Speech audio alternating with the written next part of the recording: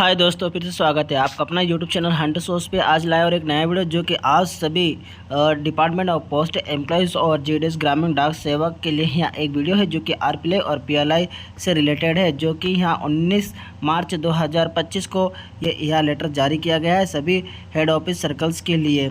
ठीक है, तो इसमें यहाँ इंसेंटिव स्ट्रक्चर के बारे में कि इसमें इंसेंटिव स्ट्रक्चर में क्या बदलाव हुआ है पीएलआई और आरपीएल में, तो इसी से रिलेटेड है जो कि आज यह वीडियो लाया है। और चेंज इन प्रमोशनल मतलब आपका प्रमोशन हो जाता है, आप दूसरी जगह चले जाते हो आधिकारिक रूप से, या इसमें आपका जो आरपीएल और जो पीएलआई आप कर देते हैं इसका इंसेंटिव आपको मिलेगा या नहीं, इससे रिलेटेड और पुटअप कर देते हैं। और साथ ही यदि आप जो आरपीएल पीएलआई एजेंट है और आपकी डेथ हो जाती है तो आपका जो आरपीएल पीएलआई आपने करी है उसका इंसेंटिव उसके बाद भी आपको मिलेगा या नहीं, इन सारी बातों को लेकर यहाँ जानकारियाँ इस वीडियो में है। और इस वीडियो को अंत तक देखें, स्किप ना करें। वीडियो में साथ बने रहने के लिए यूट्यूब चैनल को सब्सक्राइब करें और बेल आइकन के बटन को क्लिक जरूर करें। जो ऑफिशियल लेटर है हमने इसका हिंदी अनुवाद करी है, तो आप देख रहे हैं ऑफिशियल लेटर का। ठीक है, इसमें लिखा है कि बता रहे डाक जीवन बीमा और ग्रामीण डाक जीवन बीमा के मौजूद प्रचार और प्रोत्साहन ढांचे में संशोधन के बारे में डाक जीवन बीमा निदेशालय के प्रस्ताव पर डाक सेवा बोर्ड ने 12 मार्च 2025 को आयोजित अपनी बैठक में विचार किया और पीएसबी ने 17 मार्च 2025 को अपने कार्यव्रत के माध्यम से मौजूद प्रचार और प्रोत्साहन ढांचे में निम्नलिखित परिवर्तन या संशोधन को मंजूरी दी है, जो कि नीचे आपको निम्न प्रकार से दिया गया है। आइए जानते हैं पहला परिवर्तन और संशोधन क्या हुआ है। ठीक है, किसी भी वित्तीय वर्ष में किसी भी बिक्री बल के लिए कोई न्यूनतम व्यावसायिक आवश्यकता नहीं है।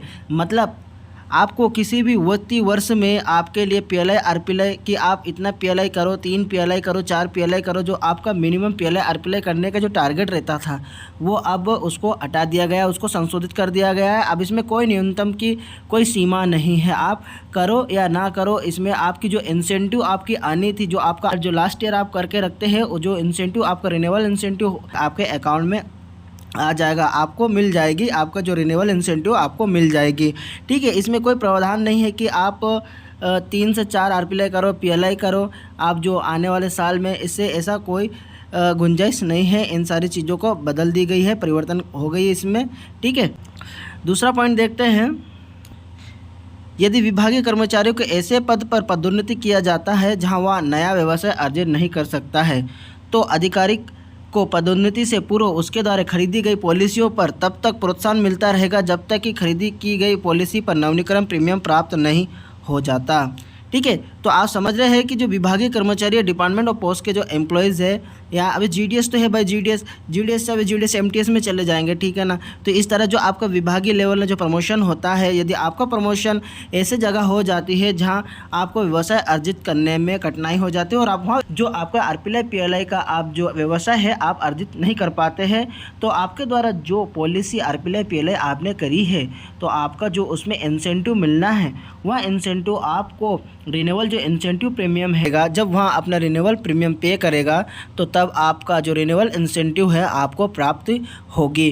ठीक है, मतलब आपका भले पदोन्नति हो जाए, आप दूसरी जगह चले जाए, लेकिन जो व्यक्ति अपना पॉलिसी का रिन्यूअल प्रीमियम पे करता है तब आपको आपका जो इंसेंटिव बनना है वह इंसेंटिव आपको प्राप्ति होगी। ठीक है, तो इस तरह चेंज हुआ है कि भाई आप पदोन्नति भी हो जाए तो आपका इंसेंटिव कहीं नहीं जाना है। ठीक, अब तीसरा पॉइंट देखते हैं हम।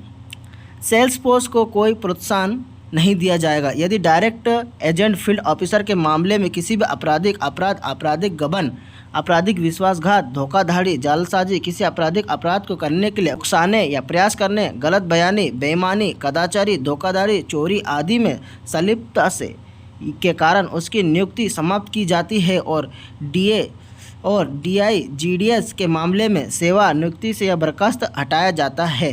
तब मतलब वे एजेंट या वे एम्प्लॉयज़ हैं जीडीएस जो कि किसी आपराधिक कारणों में फंसा या आपराधिक गबन किया है, धोखाधड़ी किया है, या जालसाजी किया हो, या कदाचारी, धोखाधड़ी, चोरी करी, बेईमानी करी हो और उसे सेवा नियुक्ति से मतलब बर्खास्त की गया या हटाया गया है, तो उस एजेंट या जीडीएस या एम्प्लॉयज़ को जो इंसेंटिव रिन्यूएबल इंसेंटिव मिलता है वह नहीं मिलेगा।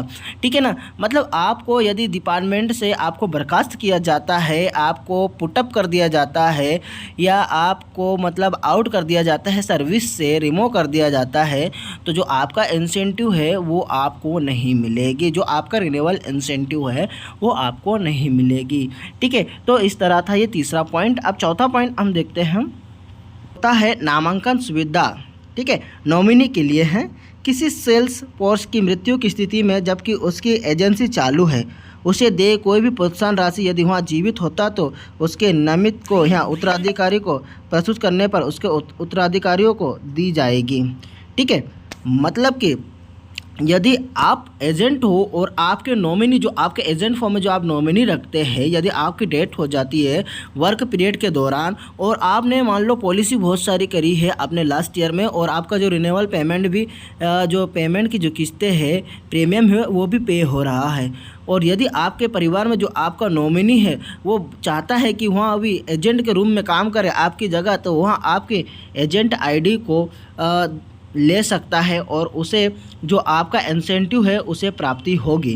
ठीक है, मतलब आपकी डेथ होने के बाद भी आपका इंसेंटिव आपके नॉमिनी को मिलेगी। जितना भी आपका पॉलिसी चलेगी, जितने भी पॉलिसी आपकी चलेगी, आपकी जितने भी रिन्यूअल पॉलिसी की प्रीमियम पे होगी, उसका इंसेंटिव आपके नॉमिनी को दी जाएगी यदि आपकी मृत्यु हो जाती है तब।